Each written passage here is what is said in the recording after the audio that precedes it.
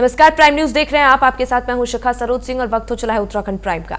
उत्तराखंड के मुख्यमंत्री पुष्कर सिंह धामी ने 33 साल पहले आज के दिन कार सेवकों पर गोलीकांड की निंदा की है और कहा कि राम भक्तों के लिए मंदिर बनाने की बात अब 22 जनवरी को सच होने जा रही है।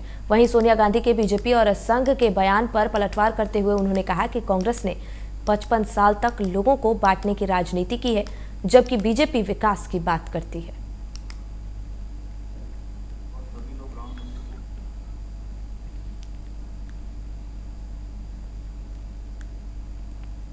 जी, ऐसा है ना, मुख्यालय राज्य कर विभाग द्वारा जो है इस समय सघन अभियान चलाया जा रहा है। देखिए, जो राम मंदिर की प्राण प्रतिष्ठा का दिन है वो सभी राम भक्तों के लिए, सभी राष्ट्र भक्तों के लिए एक बहुत बड़ा दिन है, ऐतिहासिक दिन है। और हर राम भक्त और राष्ट्र भक्त उस दिन चाहेंगे कि वो इस खूबसूरत पल, ऐतिहासिक पल के और बहुत ही श्रद्धा से भरे हुए उस दिन की साक्षी बने। और सभी लोग राम मंदिर को अपने सामने बनते हुए देखना चाहते थे। और राम मंदिर का जो सपना था वो हर एक भारतवासी के मन में था। और सबने नारा भी लगाया था जब कार सेवा करी थी कि रामलला हम आएंगे, मंदिर वहीं। ऐसा है कि कांग्रेस पार्टी ने देश के अंदर 55 से 60 सालों तक सरकार चलाई है और देश के अंदर हमेशा तुष्टीकरण किया है, हमेशा वोटों की राजनीति की है। देश के अंदर सशक्तिकरण हो रहा है, सबके साथ समानता का व्यवहार हो रहा है, न्याय के आधार पर काम हो रहा है। सबका साथ, सबका विकास, सबका विश्वास और सबका प्रयास हमारे प्रधानमंत्री मोदी जी के नेतृत्व में आज पूरे देश के अंदर, पूरब से पश्चिम, उत्तर से दक्षिण, कश्मीर से लेकर कन्याकुमारी तक सारा देश मजबूती से आगे बढ़ रहा है। ये कांग्रेस के लोग और विपक्ष के लोग सहन नहीं कर पा रहे हैं, इसलिए इस प्रकार की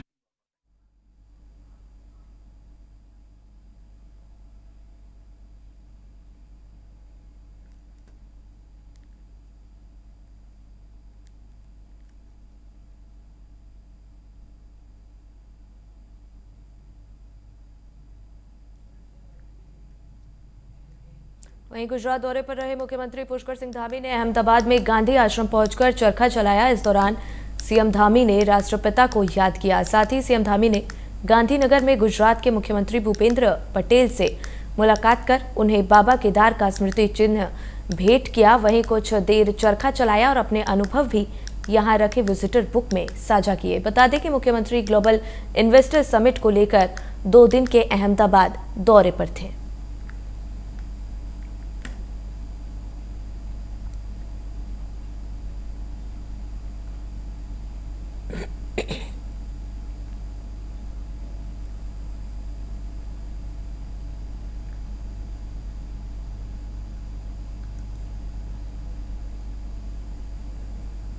वहीं राष्ट्रपति द्रौपदी मुर्मू के उत्तराखंड दौरे की जिला प्रशासन ने तैयारी शुरू कर दी है। बता दें कि राष्ट्रपति 7 नवंबर को 3 दिवसीय दौरे पर देहरादून पहुंच रही हैं और राष्ट्रपति मुर्मू 8 नवंबर को भगवान बद्रीनाथ के दर्शन के लिए जाएंगी। वहीं जिलाधिकारी देहरादून डॉक्टर सोनिका ने पुलिस और प्रशासनिक अधिकारियों के साथ राष्ट्रपति के दौरे की तैयारियों को लेकर बैठक की है। उन्होंने सड़कों को गड्ढा मुक्त करने के साथ ही सड़क किनारे से अतिक्रमण, नो पार्किंग से वाहनों को हटाने और जलती तारों को हटाने के साथ ही गिरासू पेड़ों को कटाने के निर्देश दिए हैं।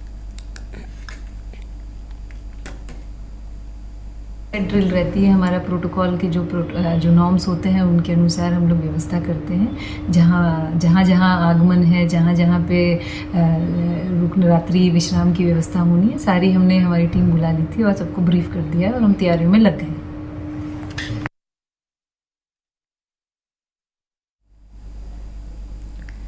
तो 7 नवंबर को राष्ट्रपति द्रौपदी का उत्तराखंड दौरा है, जिसको लेकर प्रशासन की तैयारियां शुरू हो गई हैं।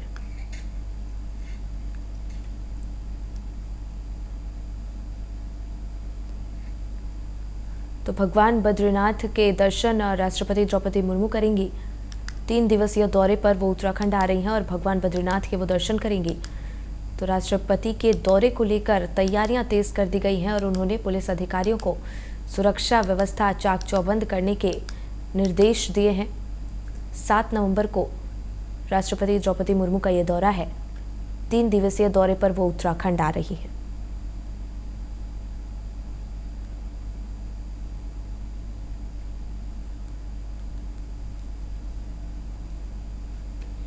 वहीं देहरादून में निकाय चुनाव की लेट लतीफी को लेकर वार पलटवार का दौर जारी है। बता दें कि पूर्व में देहरादून की मेयर रहे और मौजूदा धर्मपुर से बीजेपी विधायक ने कहा है कि यह पहली बार नहीं है कि चुनाव लेट हो रहे हैं। उन्होंने ये भी कहा कि जब वह उत्तर प्रदेश के समय सभासद थे तब 19 साल बाद 1987 में चुनाव हुए थे और उसके बाद जब 1984 में चुनाव होने थे तो 3 साल बाद चुनाव लेट हुए और 1997 में चुनाव हो पाए हैं। उन्होंने ये भी कहा कि राज्य गठन के बाद पहली बार बीसी खंडूड़ी की सरकार में समय पर निकाय चुनाव हुए थे, जबकि अन्य सभी सरकार में चुनाव लेट होते रहे हैं।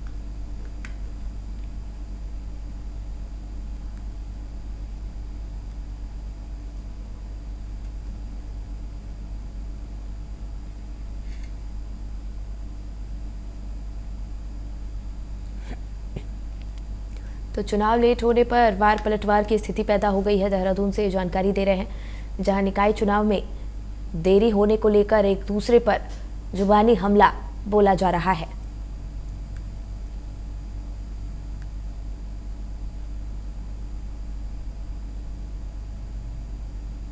चुनाव करा दिए जाए। हमारे चुनाव उस समय पर हुए थे कानूनी टाइम। बाद में 2013 के बाद जब मैं वहां पर एज ए मेयर रहा और विधानसभा में भी आया, तो उसके बाद फिर चुनाव लेट हुए, प्रशासक बैठा। तो ये कोई आज की बात नहीं है, समय समय पर देखने में आया है कि व्यवस्थाओं को ठीक करने के लिए समय लिया गया है। और ये चुनाव हमेशा इस तरह होते रहे, कोई नई बात तो है नहीं। मैं भी जब मेयर रहा उसके बाद दोबारा जब मेयर का चुनाव हुआ तो थोड़ा लेट हुआ, प्रशासक बैठे। उस दिन मनोरमा शर्मा जी आई तो उसके बाद भी प्रशासक बैठे। तो अगर आज बैठे तो क्या दिक्कत आ रही है? तो चुनाव जाते हैं थोड़ा आगे पीछे, क्योंकि नए नए निगम बनते हैं, नई नई नगर पालिकाएं बनती है, उनका सीमांकन होते हैं, फिर उसमें नए सिरे से वोटर लिस्टें बनती है, नए सिरे से वार्डों के परिसीमन होते हैं। बहुत सारी चीजें ऐसी हैं जो उससे जुड़ी हुई कोई सामान्य प्रक्रिया नहीं है।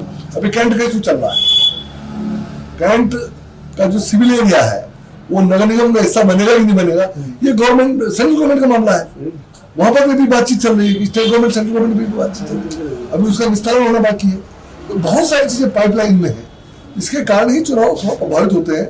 ये कोई ऐसा नहीं कोई इंटेंशनली किया जा रहा है, लेकिन समय के साथ होंगे, जब भी चीजें ठीक हो जाएंगी चुनाव भी करा दिए जाएंगे।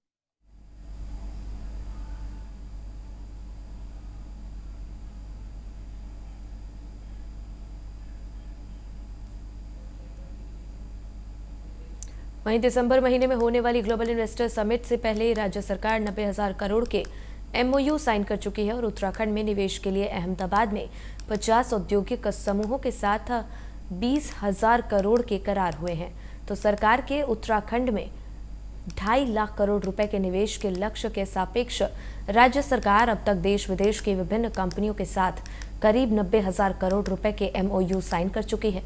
बता दें कि उत्तराखंड में दिसंबर में होने वाले ग्लोबल इन्वेस्टर समिट की तैयारियों के तहत अहमदाबाद में रोड शो का आयोजन किया गया और इस दौरान मुख्यमंत्री पुष्कर सिंह धामी की मौजूदगी में 50 से अधिक उद्योग समूहों ने प्रदेश में निवेश के लिए 20,000 करोड़ रुपए के MOU साइन किए। तो मैं बताना चाहता हूं कि 4 जो जिले हैं हमारे, जिसमें नैनीताल और देहरादून 2 जिले हैं जहां पर आंशिक रूप से पर्वतीय क्षेत्र है, हिल स्टेशन भी है, और हरिद्वार और उधम सिंह नगर पूरी तरह से मैदानी क्षेत्र है। और वहां पर बड़ा बड़ा इंडस्ट्री का हब है, जिसमें आप जानते हैं जहां पर हमारे अनेकों संस्थान उद्योग समूह स्थापित हैं। हरिद्वार में बड़ा सिटकुल हमारा है, उधम सिंह नगर में बड़ा सिटकुल है। तो लोगों के मन में कई बार शंका होती है कि नहीं कैसे जाएंगे। उसके अलावा पहाड़ के अंदर एक से एक स्थान है। अभी आपने देखा होगा इसमें यहाँ पर जो दिखाया गया, इसमें जो प्रेजेंटेशन आ रहा था, सुधांशु जी जब दिखा रहे थे, रोहित ने जब दिखाया था, तो अभी टिहरी है, मुक्तेश्वर है, कौसानी है, औली है, दयारा बुग्याल है, ऐसे बहुत सारे स्थान हैं जहां पहाड़ों में भी अपार संभावनाएं हैं। तो इसलिए मैं आप सबके बीच में आया हूं कि जिन्होंने उत्तराखंड नहीं देखा है उनको एक बार उत्तराखंड जरूर देखना चाहिए।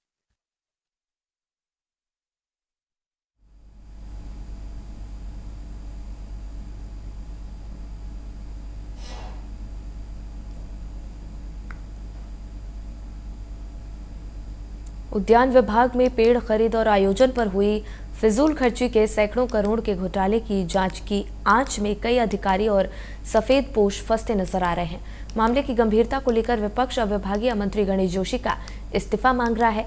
बता दें कि यह मामला पुरोला से बीजेपी विधायक दुर्गेश्वर लाल ने बागबानी में जाकर उजागर किया था, जबकि रानीखेत से बीजेपी विधायक प्रमोद नैनवाल के भाई भी इस प्रकरण में फंसते नजर आ रहे हैं।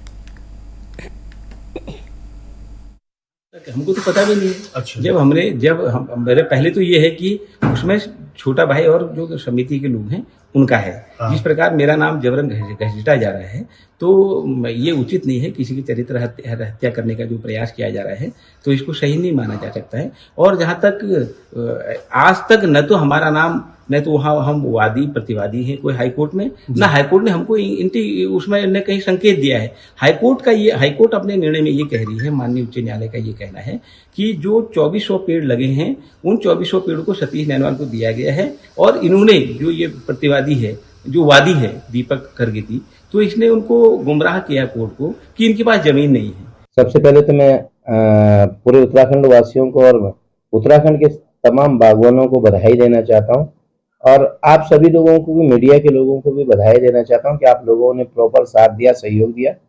और मैं धन्यवाद देना चाहता हूं अपने प्रदेश के यशस्वी मुख्यमंत्री आदरणीय पुष्कर सिंह धामी जी को कि जिन्होंने एक बिल्कुल उनकी जो इच्छा है कि उत्तराखंड को भ्रष्टाचार मुक्त बनाना है, तो भ्रष्टाचार मुक्त करने के लिए सबसे पहले ये इतना बड़े अजगर को जो पकड़ा है, जिसको जो है निलंबित भी किया है और उसके बाद उनकी जो जांच भी की और जांच के साथ साथ आज जो है उनकी सीबीआई जांच के भी आदेश हो गए। मैं माननीय न्यायालय का भी धन्यवाद करता हूं और माननीय मुख्यमंत्री जी के इस जो, क्योंकि वो पहले ही से उन्होंने कहा भी भ्रष्टाचारी और भ्रष्टाचार पे बिल्कुल जो है अंकुश लगाना है। देखिए, अगर सरकार गंभीर होती तो कार्रवाई क्यों नहीं की सरकार ने? माननीय उच्च न्यायालय को क्यों हस्तक्षेप करना पड़ा? माननीय उच्च न्यायालय को क्यों सीबीआई की जांच के आदेश देने पड़े? सरकार गंभीर कहाँ है? सरकार के मंत्री स्वयं, सरकार के मंत्री, मैं आरोप लगा रहा हूं, स्वयं भ्रष्टाचार में संलिप्त हैं, भ्रष्टाचारियों को संरक्षण देने में संलिप्त हैं और भ्रष्टाचारियों को पल्लवित और पोषित करने का काम कर रहे हैं। अगर इस सरकार के मंत्री ईमानदार होते, ये सरकार ईमानदार होती, तो माननीय उच्च न्यायालय को हस्तक्षेप न करना पड़ता, माननीय उच्च न्यायालय को आदेश न करना पड़ता कि आप इसकी सीबीआई की जांच कराइए।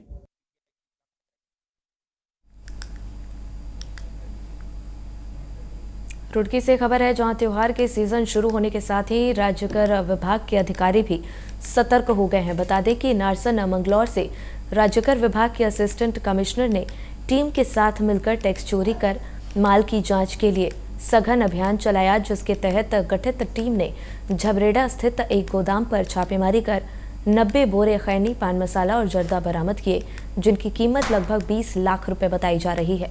बता दें कि टैक्स चोरी कर माल का व्यापार किया जा रहा था।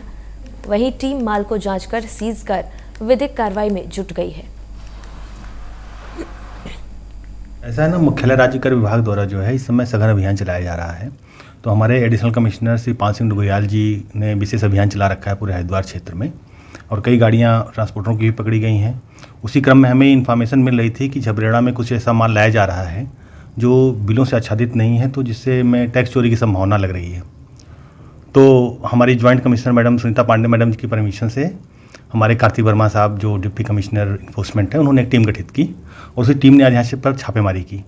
तो छापेमारी में लगभग हमें 80 से 90 कट्टे लगभग खैनी, पान मसाला, जर्दा सब उसमें मिक्स आइटम है मिले हुए हैं, जिसका अनुमानित मूल्य अभी हमने उसको वैल्यूएट नहीं किया है प्रॉपर, लेकिन अनुमानित मूल्य 20 लाख के लगभग है।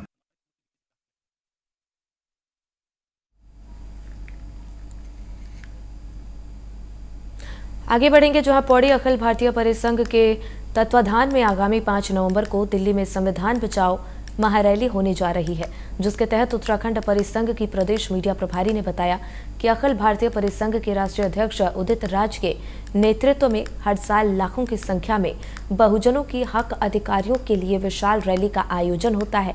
उन्होंने ये भी कहा कि वर्तमान में बैकलॉग के रिक्त पड़े पद प्रमोशन में आरक्षण बहाल जैसे तमाम मुद्दे को लेकर महारैली का आयोजन किया जाएगा।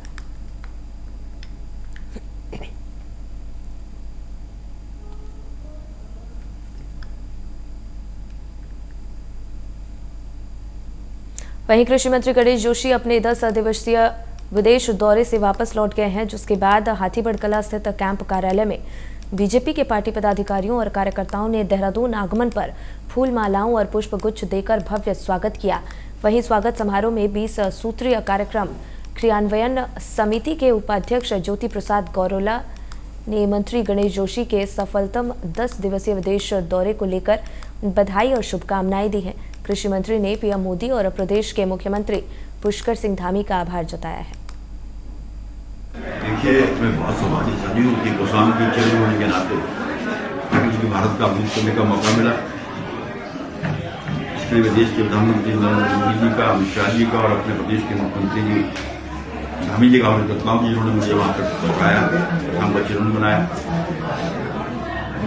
165 देशों के लोग वहाँ पर थे और 3 दिन तक विचारक को जो आदान प्रदान हुआ, बहुत कुछ सीखने को मौका मिला। आज हमारे प्रदेश के अंदर बहुत संभावनाएं हैं। जब मैं लंच में बैंकॉक के प्रतिनिधि के साथ बैठा था, थाईलैंड जो है एक छोटा सा देश है, लेकिन हॉर्टिकल्चर में आज पूरे विश्व को जो है वो फीड कर रहा है। इसी प्रकार नीदरलैंड बड़ा देश नहीं है, वो फ्लोरिकल्चर में पूरे विश्व को फीड कर रहा है। हमारे यहाँ आज बहुत संभावनाएं हैं। मैंने आकर अभी अपने अधिकारियों से फोन से बात की और शीघ्र ही हम एक जो टीम फील्ड में काम करती है उनको थाईलैंड और न्यूजीलैंड भेजेंगे और वहां से तो सीख कर आएंगे, क्योंकि आज मुझे पूरा विश्वास है जिस प्रकार से हमारे प्रदेश की क्लाइमेट है।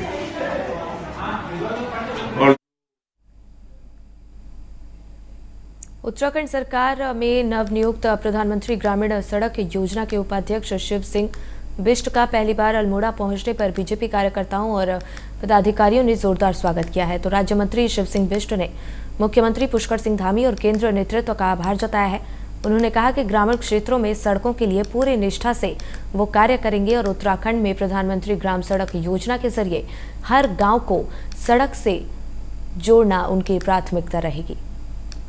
इससे बहुत ही सांस्कृतिक नगरी अल्मोड़ा में अपने पूरा संगठन का आदरणीय अध्यक्ष जी के नेतृत्व में तमाम हमारे पूर्व अध्यक्ष जी सहित सबका बहुत बहुत धन्यवाद करता हूँ, सभी कार्यकर्ताओं का।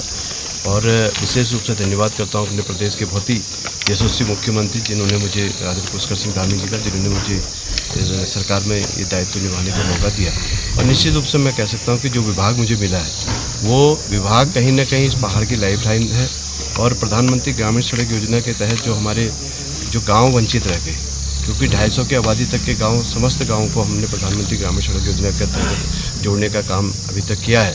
लेकिन हम सबका उद्देश्य है कि हम जो पहाड़ के हमारे छोटे गांव हैं, जो 150 की आबादी के गांव हैं, उन गांवों को भी प्रधानमंत्री ग्रामीण सड़क योजना से उनको लाभान्वित हो, उनको जोड़ने का काम हम लोग कर रहे हैं। उसका प्रस्ताव हम लोगों ने भारत सरकार को भेजा है और हमारा प्राथमिकता रहेगी कि उन गाँवों को प्राथमिकता से हम लोग भारत सरकार से उन गाँवों के लिए भी अनुमति लेकर उन गाँवों को जोड़ने का काम हम सब लोग करें।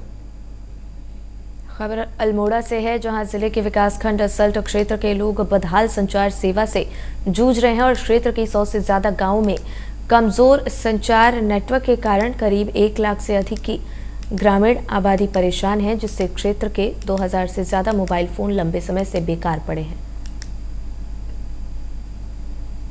दिक्कत का मतलब है, मैं अभी करंट पे एक मैच लगा रहा था, ठीक है, मैच लगा रहा था, उसमें नेटवर्क की प्रॉब्लम की वजह से वो मैच ही नहीं लग पाया जो 2 बजे के बाद चलने वाला है। मैंने लाख कोशिश करी, उसमें नहीं आया। पहले मैं आइडिया यूज़ करता था, यूट्यूब में आइडिया सही आता था, फिर मैंने एयरटेल चेंज किया, एयरटेल में भी प्रॉब्लम आ रही है। अब आप ये लगाओ कि मैं अब कौन सा सिम यूज़ करूँ।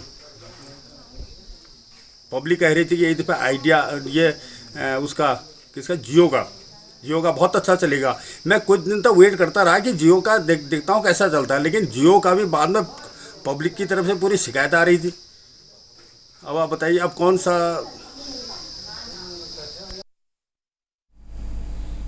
थराली दीवाल वाण मोटर मार्ग पर पिंडर नदी पर बने पुल को वाहन की आवाजाही के लिए खोल दिया गया है। बता दें कि मई माह में यह पुल क्षतिग्रस्त हो चुका था, जिसके चलते बड़े वाहनों की आवाजाही कुछ दिनों के लिए बंद कर दी गई थी। उसके बाद लोहे की प्लेट डालकर कुछ समय के लिए छोटे वाहनों की आवाजाही शुरू कर दी गई थी।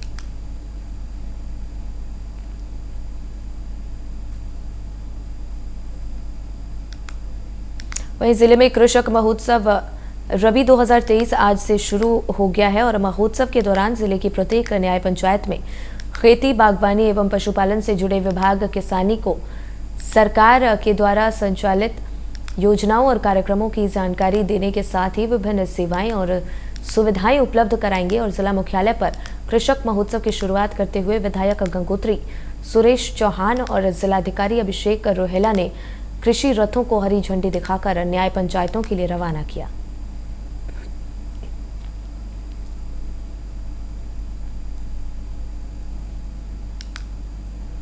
देहरादून से खबर है, जहां उत्तराखंड सरकार आगामी दिसंबर माह में 2 दिवसीय इन्वेस्टर्स समिट की तैयारियों में जुट चुकी है और जिसके लिए मुख्यमंत्री धामी ने इस बार राज्य में निवेश के लिए 2.5 लाख करोड़ का लक्ष्य निर्धारित किया है। इस लक्ष्य की पूर्ति के लिए मुख्यमंत्री धामी देश विदेश में निवेशकों के साथ संपर्क कर समिट से पहले ही राज्य में निवेश के लिए अभी तक 90 लाख करोड़ के MOU साइन कर चुके हैं, जिस पर विपक्षी पार्टी सवाल खड़े कर रही है। वहीं सत्ताधारी पार्टी बीजेपी के प्रदेश अध्यक्ष महेंद्र भट्ट ने कांग्रेस पर पलटवार करते हुए मुख्यमंत्री धामी को इस लक्ष्य पूर्ति की ओर बढ़ रहे कदम के लिए शुभकामनाएं दी हैं। कांग्रेस को जब कुछ दिखाई नहीं देता तो इस प्रकार के बयानबाजी करते हैं। आखिरकार सरकार के तंत्र जब कोई चीज़ तय करता है तो उसके लिए सब प्रकार की व्यवस्थाएं बनाई जाती है, लाइन की व्यवस्था बनाई जाती है, उद्यम पहले भी स्थापित हुए हैं। इस बार उत्तराखंड की भौगोलिक स्थिति को ध्यान में रखते हुए कौन कौन से उद्योग लगने चाहिए, इस संदर्भ में जब कोई भी उद्यमी चर्चा करेगा सब से संदर्भ में चर्चा होती है, उसके लिए रास्ते बनाए जाते हैं। और आज 2.5 लाख करोड़ के इन्वेस्ट। और इसी के साथ इस बुलेटिन में फिलहाल इतना ही। मुझे दीजिए इजाजत। नमस्कार।